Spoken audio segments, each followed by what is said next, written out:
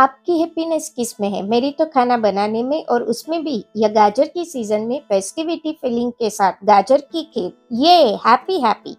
चावल और काजू को सॉक करो, ड्राई फ्रूट्स लो, गाजर लो, ग्रेट करो, कढ़ाई में घी डालो, गाजर को 5 मिनट के लिए सौते करो, दूध डालो, उबाल आने तक गाजर को पकाओ, थोड़ा दूध साइड में रखो, आगे इसे रेसिपी में यूज करेंगे। अभी इसमें डालो सोक किए हुए चावल, 1 चम्मच चावल अलग से रख दो।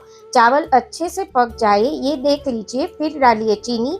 जो चावल हमने साइड में छोड़े थे वह और काजू की पेस्ट बनाकर खीर में डालिए ताकि खीर बढ़िया सी गाढ़ी हो जाएगी। तब उसमें जो दूध हमने थोड़ा बचा कर रखा था वह डालिए, क्योंकि यह खीर को फिर रेफ्रिजरेट भी करना है तो उसकी कंसिस्टेंसी परफेक्ट हो जाएगी। उसमें डालिए ड्राई फ्रूट्स। इसको आप आइसक्रीम के साथ कैरेमल सॉस और ड्राई फ्रूट से गार्निश करके भी सर्व कर सकते हैं। तो लीजिए, आज हमने सर्व की है आपको हैप्पीनेस गाजर की खीर।